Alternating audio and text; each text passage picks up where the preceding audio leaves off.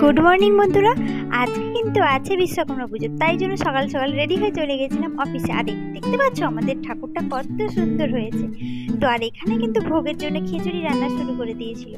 তারপরে কিন্তু অনেকক্ষণ পরে আমাদের ঠাকুরমশাই চলে এসেছে। ঠাকুরমশাই এসে যাওয়ার পর আমরা কিন্তু চলে গেছিলাম ঠাকুরের ঘর তোলার জন্যে। আর ঠাকুরমশাইরা আসার আগে কিন্তু আমি অনেক কিছু কাজ সেরে রেখেছিলাম, যেমন ফল কাটা থেকে শুরু করে আর বিভিন্ন পুজোর যেগুলো কাজ থাকে সেগুলো আমি কিন্তু সেরেই রেখেছিলাম। ঘর তুলে এসে দেখছিলাম যে আমার দিদি, মা সবাই চলে এসছে।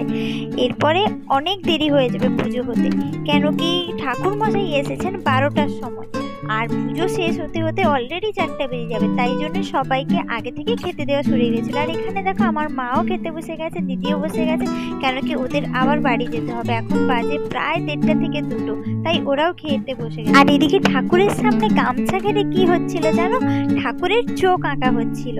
আমি এই ব্যাপারটা কিছুই বুঝতে পারিনি। তো সবাই যেটাই করছিল আমিও ঠাকুরের দিকে তাকাই। এদিকে কিন্তু হোম হচ্ছিল। হোম হওয়ার সবাই কিন্তু হোমের কাঠটা কিছুতেই জ্বলছিল না। তারপরে অনেক কষ্ট করে ঠাকুরমশাই কিন্তু হোমের কাঠটা জ্বালিয়েই পুজো প্রায় 4টার সময় শেষ হয়েছে। আর পুজো শেষ হওয়ার পরে কিন্তু আমাদের গাড়ি পুজো ছিল। গাড়ি পুজো হয়ে যাওয়ার পর আমরা কিন্তু সবাই মিলে খেতে বসে পড়েছিলাম। পুজো শেষ হওয়ার পর কিন্তু খেয়ে আমি চলে গেছিলাম বাড়িতে, কেন কি বিশ্বকর্মা পুজো মানে সারা রাত্রি ধরে ঠাকুর দেখতে যেতে হবে।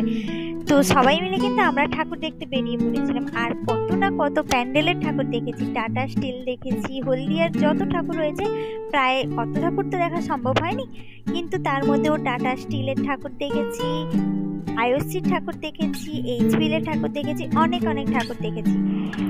কিছুটা ঘোরাঘুরির পর কিন্তু আমাদের সবারই খিদে লেগেছিল, আর আমি খেয়েছিলাম আইসক্রিম, আর সবাই মিলে খেয়েছিল এগ রোল, আরও অনেকে অনেক রকম কিছু খেয়েছিল। আর আমরা কিন্তু গেছিলাম আমি, মা, দিদি, ভাই, বোন, পিসি আর কাকিমা, এই কজন মিলে একটা টোটো ভাড়া করেই গেছিলাম। আমার আগের ভিডিওতে কমেন্ট করেছে কোয়েল পাত্র, খুব ভালো লাগে তোমার ভিডিও। আর বাংলাদেশ থেকে কমেন্ট করেছে হোসেন মোহাম্মদ, খুব সুন্দর হয়েছে। আমি বাংলাদেশ থেকে তোমাকে অভিনন্দন জানাই। তো থ্যাংক ইউ সো মাচ। তোমাদের এই কমেন্টগুলো আমাকে খুব ভিডিও বানাতে হেল্প করে। তারপর কিন্তু আমরা চলে গেছিলাম টাটা স্টিলের ঠাকুর দেখার জন্য। আর টাটা স্টিলের ঠাকুরটা আমার সব থেকে ভালো লেগেছে। আর এখন কিন্তু আমাদের বাজে প্রায় 11টা। আর বেশি দেরি না করে আমরা কিন্তু চলে যাচ্ছিলাম বাড়ির দিকে। তোমাদের ভিডিওটা কেমন লাগে অবশ্যই একটা লাইক করে দিও। টাটা, দেখা হচ্ছে পরের ভিডিওতে।